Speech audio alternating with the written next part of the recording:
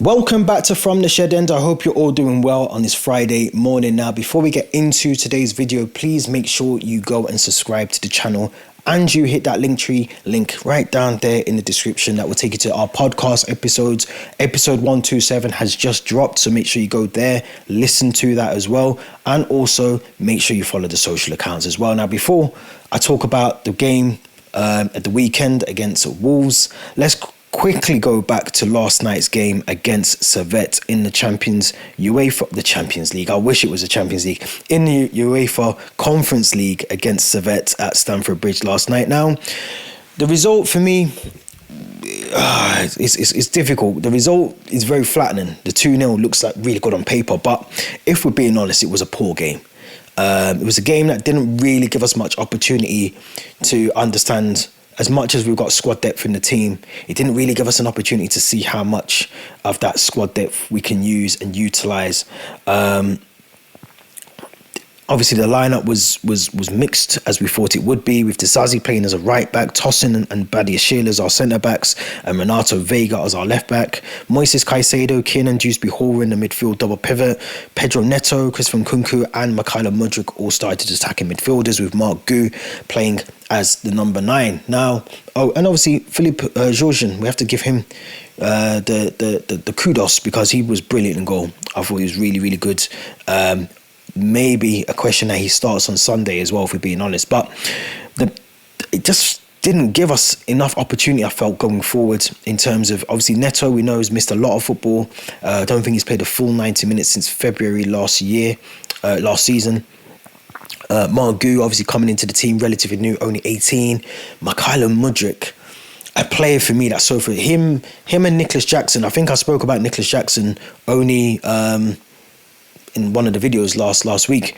Really frustrating. Mudryk is right alongside him. They're both very frustrating to watch play football, and I think even Enzo Maresca at the end of the game during his press conference said, that we're trying to work with him. He clearly sees there's something wrong with Mudryk.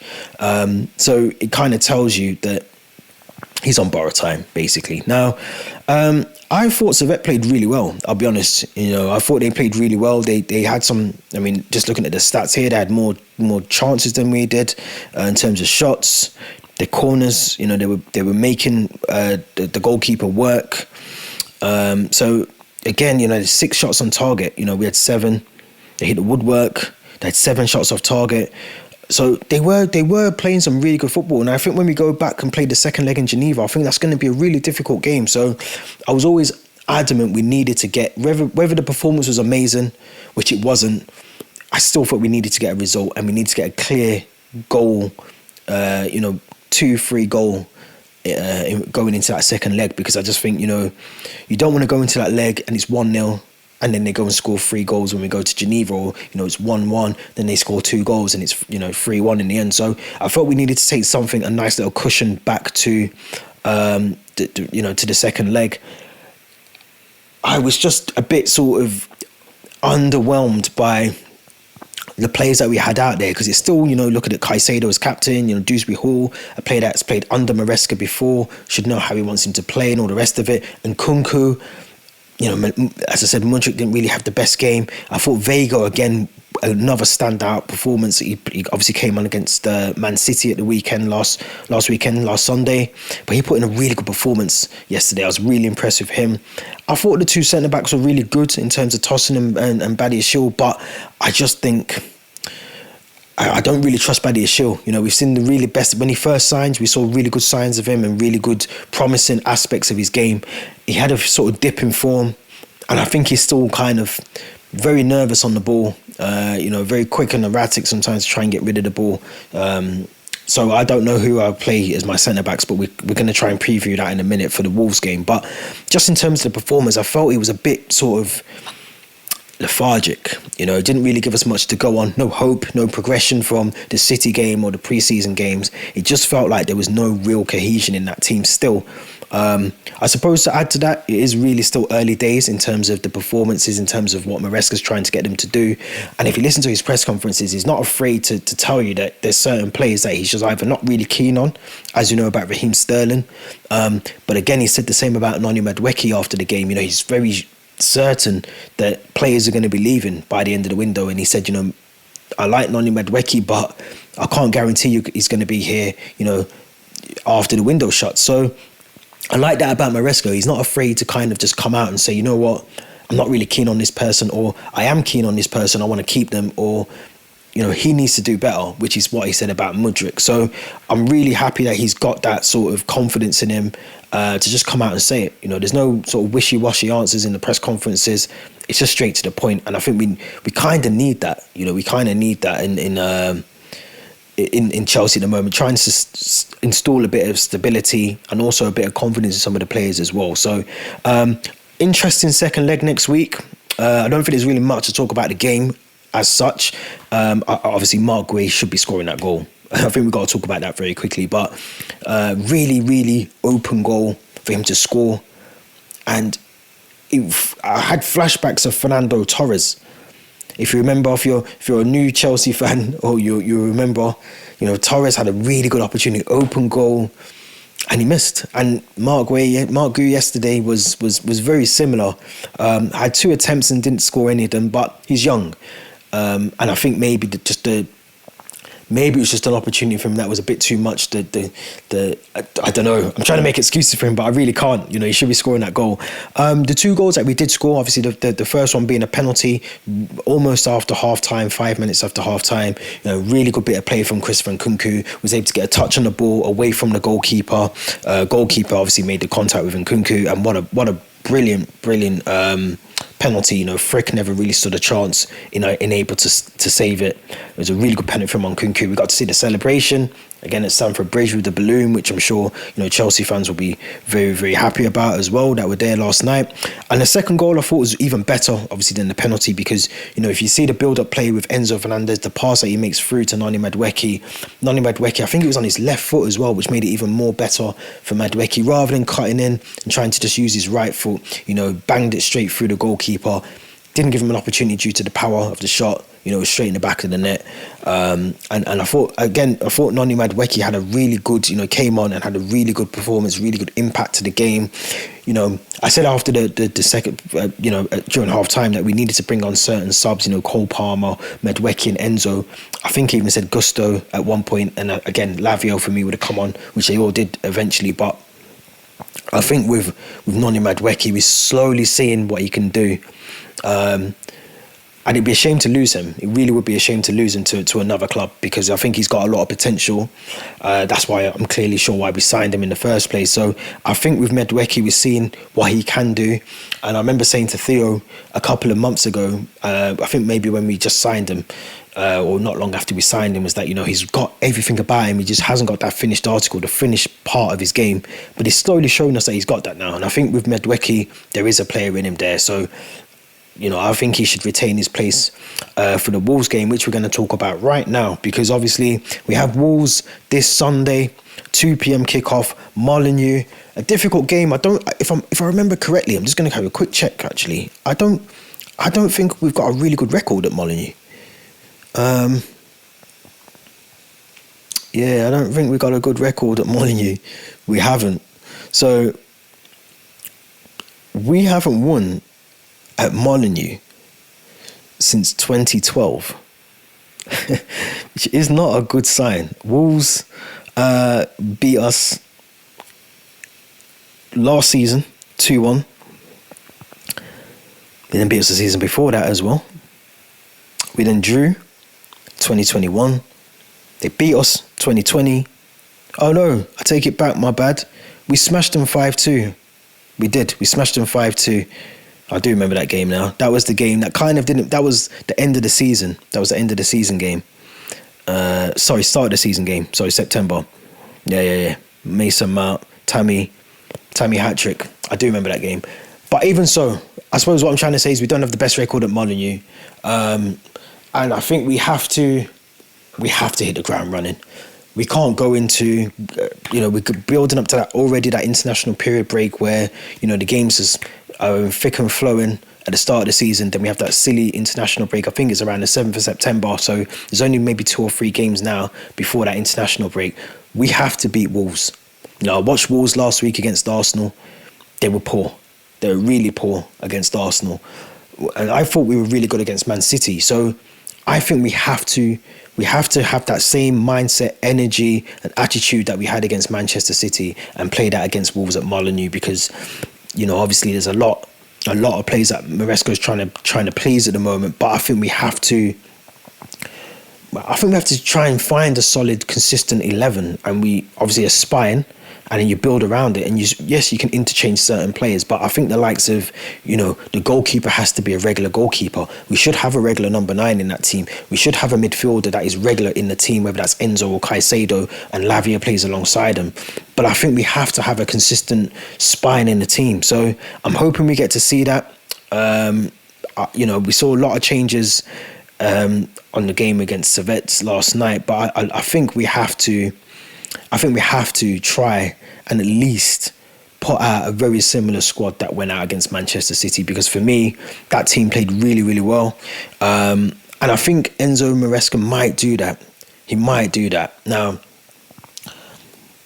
my predicted lineup wouldn't be Robert Sanchez, because I think Robert Sanchez has proven already that he's quite a liability to have in the squad. So I would go with Jorgensen as the goalkeeper. I thought he played really well yesterday against Servette, pulled off some really good saves, especially in the second half.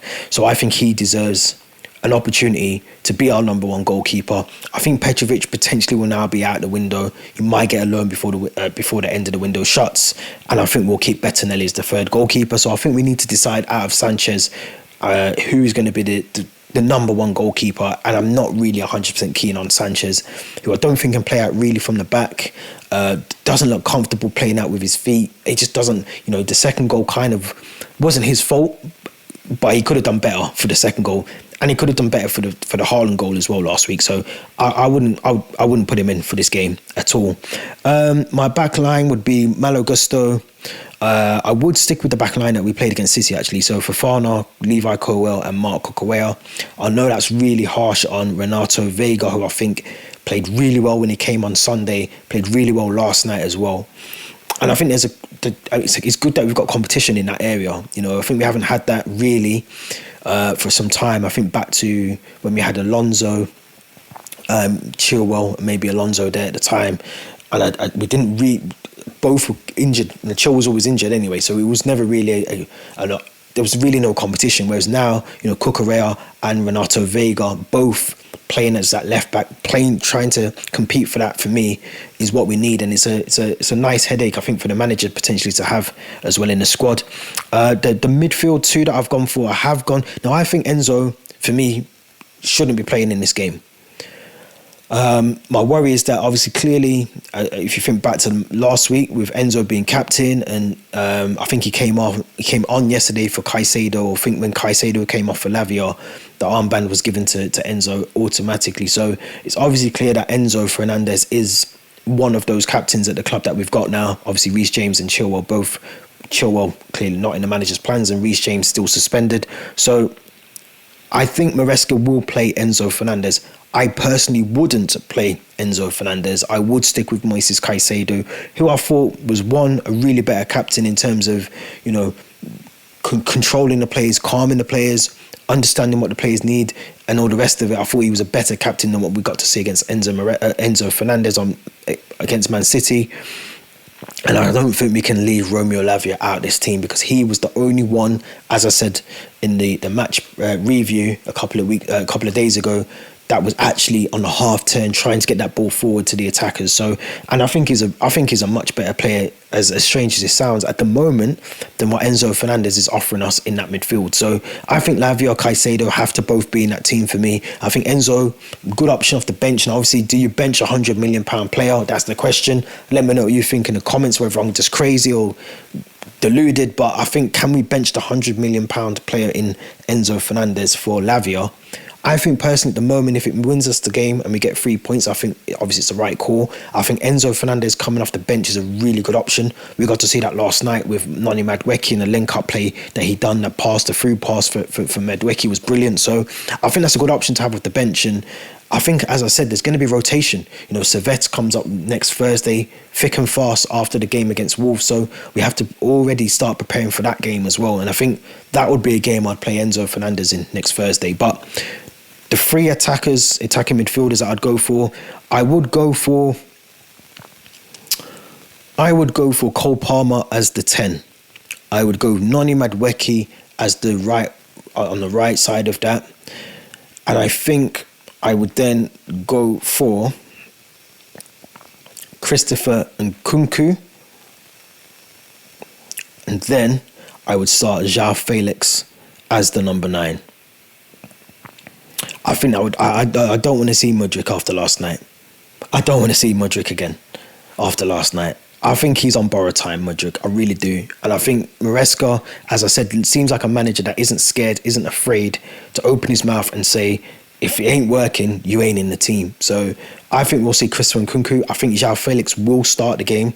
There's obviously been a lot of talk about whether Pedro Neto will start the game. I don't think he will. He's missed a lot of football. I think in the press conference as well that Enzo Maresca held earlier, he said that he potentially will be on the bench. He's not really in contention to start the game. So I think we won't really see him. But I do think he'll come on. I think Pedro Neto will come on. Be interesting what reception he gets from the Wolves fans, whether he'll get a nice warm reception or a very hostile reception. But I'm sure, as I said before, we do need 3 points. We need to try and make sure we do not lose this game. Already, if we lose this game, the gap between the European places and where we will be, which will theoretically be almost bottom of the league, essentially, we can't have that gap opening up already. I know it's only 2 games into the season, but slowly but surely you'll see that gap getting bigger and bigger, and the fight to get back into those spaces becomes more difficult as the season progresses. So I think we've got to get 3 points against Wolves. As I said, we don't have the best record at Wolves, so that is a worry. But I think we can't be playing Nicholas Jackson, who gets into the right spaces, makes the right runs at times, but he just doesn't have the strength to hold off a defender, doesn't have the IQ to stay on side. So we can't play him. And if Wolves are smart, obviously Wolves, they tend to set up now. Obviously, back in a couple of years ago, they used to play with the 3 centre backs and the wing backs. They tend to be a bit more 4-2-3-1 now. But even the likes of Ait Nouri and Matt Doherty getting forward, we have to be careful of that. So there will be opportunities, I think, for Nkunku if he plays on the left, Madueke if he plays on the right, for spaces to run into and make things happen. And I think João Felix, I know I'm not saying he's the ultimate answer, but you either play João Felix on the left, which is another option, which I might actually change my mind very quickly and play João Felix on the left and Nkunku as the 9, which probably sounds a bit better now, actually, to be fair. I'll put João Felix on the left, Madueke on the right, Palmer in the 10, and Nkunku as the 9. That will give opportunity for us to get some goals. It really will, and I think that's what I would do if I'm Maresca. Put Enzo Fernandez on the bench, good opportunity to have him there. Mudryk on the bench, another good option. We've got our defenders that we can bring on. Vega's there. If Cucurella isn't fully fit, which he came off with a slight injury, so we're hoping that he's fully fit to start the game. If he's not, then we know that Renato Vega can come in and fill that void. And like I said, the goalkeeper for me can't be Robert Sanchez, and I think Petrovic will be loaned out this season. So I'll be very, very surprised if he features in the game. So we have to put out a team that's going to win the game. We can't put out a team that try and stick. I know I said we need to try and stick with consistency, but Nicholas Jackson isn't the answer, and Mudryk is definitely not the answer. So let's play the team that is going to win us the game. We have another game on Thursday, and we have to win both of those games. And we have to start building up the progression of winning games, getting those results under the belt. Like I said, the international break comes up very soon, so we want to go into that period before we get there with some wins under the belt.